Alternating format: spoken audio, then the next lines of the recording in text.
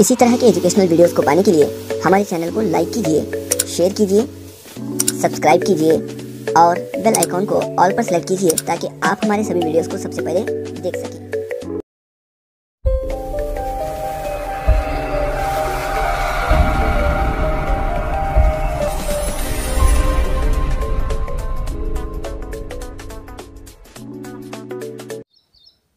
बिस्मिल्लाहिर्रहमानिर्रहीम। अस्सलाम वालेकुम दोस्तों, आज हम देखेंगे षष्ठम जमात का इक्तिसाबी सफ़ा नंबर 10 और 11।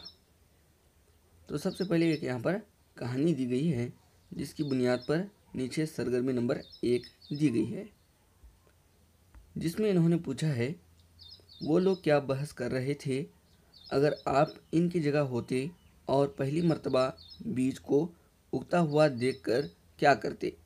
आपस में बहस करते हुए दो जुमले झेल में लिखिए। तो यहाँ पर एक कहानी है। इस कहानी में जो लक्ष्मी नाम की एक लड़की होती है और एक लड़की होती है कातमार। तो इन्होंने क्या है, पहली मर्तबा एक जो कद्दू के बीज हैं उनको पौधों में तब्दील होते हुए देखा हुआ होता है। तो इसका मुशाहिदा करते हुए आपस में जो है बहस करते हैं। तो ये क्या बहस करते हैं इसके मतलब पहले हमें लिखना होगा और उसके बाद हमें लिखना होगा कि अगर हम उनकी जगह होते तो हम क्या करते। तो हमने कुछ इस तरह से इसको लिखा है। वो लोग इस तरह बहस कर रहे थे। इसमें लक्ष्मी ने कहा कि हमने जो बीज गिराए थे क्या वो परिंदे ले गए। फिर ज़मीन का बगौर मुशाहिदा करते हुए कहते हैं कि नहीं नहीं, हमने बीज फेंका था, अब वो एक पौधा बन गया है और उसे फल भी लग गए हैं। इस तरह इन्होंने बहस किया। तो ये हो गया पहले सवाल का जवाब। और आगे, अगर हम वहाँ पर होते,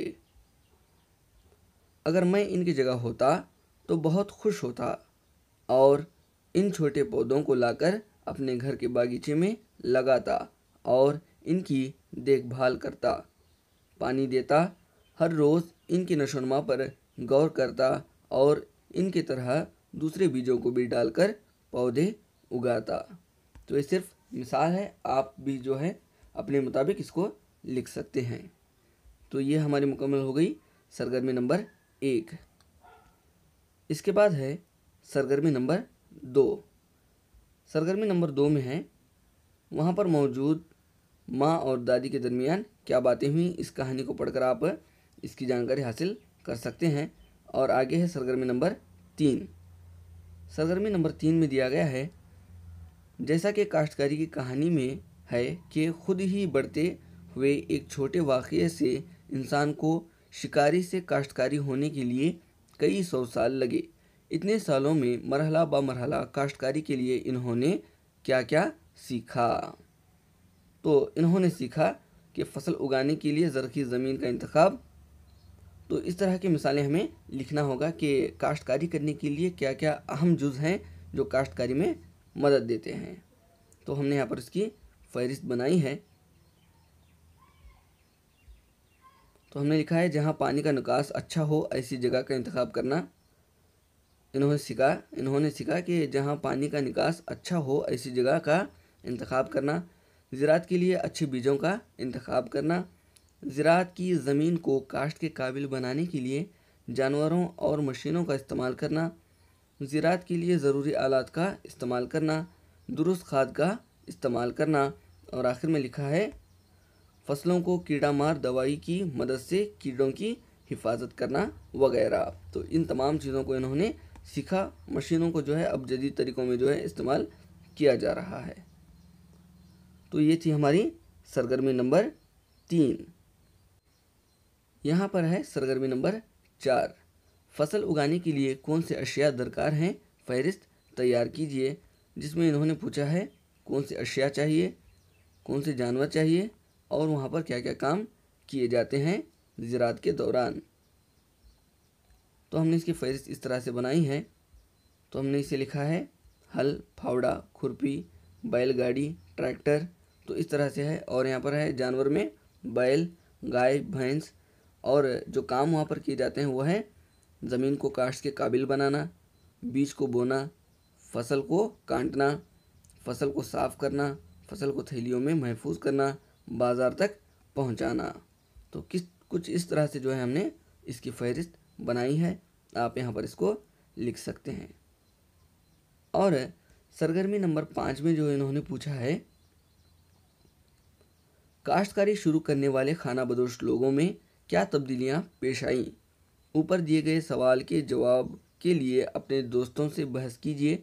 जवाब नीचे लिखकर पंखी की मदद कीजिए। तो यहाँ पर है 2 किरदार हैं, एक है दादा, एक है पंखी। तो इनके दरमियान कुछ सवाल और जवाबात जो है होते रहते हैं, जिनमें हमें पंखी की मदद करनी है। वो सवाल है, काश्तकारी शुरू करने वाले खानाबदोश लोगों में क्या तब्दीलियां पेश आईं? तो हम इस तरह उसके बारे में लिख सकते हैं कि जो अहम तब्दीलियां पेश आईं, खानाबदोश लोग अपनी जगह को बार बार बदलने की आदत छोड़कर एक जगह मुकीम रहना शुरू किया। तो ये तब्दीली आई। इसके बाद है, ज़राअत के लिए ज़रूरी अशिया को तैयार करना सीखा। तो ख़ुद इन्होंने क्या है, ज़राअत के जो ज़रूरी अशिया हैं उनको बनाना सीखा। शिकार के दौरान चंद जानवरों को पकड़कर इनको ज़राअत के कामों में इस्तेमाल करने लगे, जैसे बैल, गाय, गधा। तो इन तमाम चीज़ों को जो है इस्तेमाल करने लगे।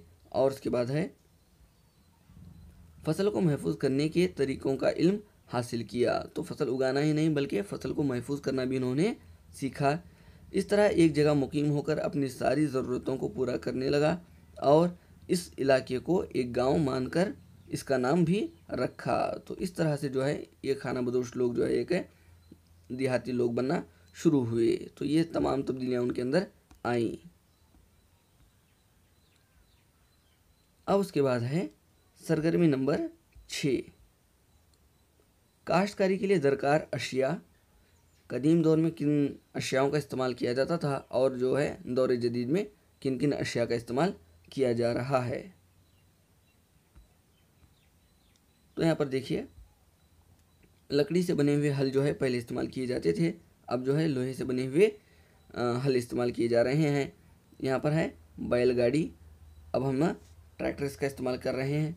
देसी खाद का इस्तेमाल किया जाता था, अब कीमियाई खाद का इस्तेमाल किया जा रहा है।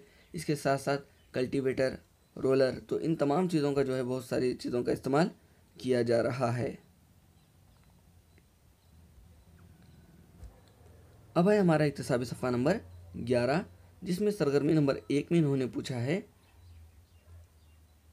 इस तरीके को बयान करें जिसमें इंसान ने खुद को खानाबदोश ज़िंदगी से महज़ब ज़िंदगी में तब्दील किया। तो खानाबदोश ज़िंदगी से इन्होंने जो देहाती ज़िंदगी है, ये ग्रोह में रहने वाली ज़िंदगी है, किस तरह से शुरू किया। तो इसके मतलब हमें यहाँ पर लिखना होगा। तो हमने लिखा है,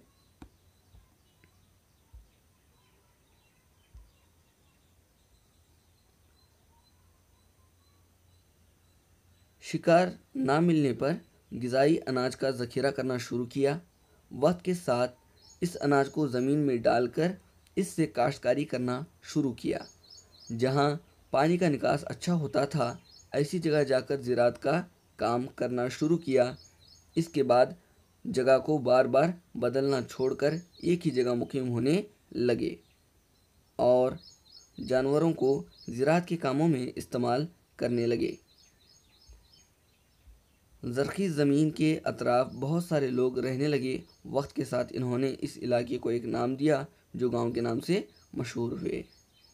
तो इस तरह से जो है हम इस इक्तिसाबी सफ़ा नंबर 11 के सरगर्मी नंबर 1 के मतलब हम लिख सकते हैं। तो यहाँ को जो है हमारा इक्तिसाबी सफ़ा नंबर 10 और 11 जो है मुकम्मल हुआ। इंशाअल्लाह तबारक तआला मैं सोचता हूँ कि आपको ये जो है वीडियो पसंद आया होगा। अगर पसंद आया है तो इसे लाइक कीजिए, शेयर कीजिए और नीचे कमेंट कीजिए। फिर मिलेंगे अगली क्लास में, तब तक के लिए अल्लाह हाफिज़।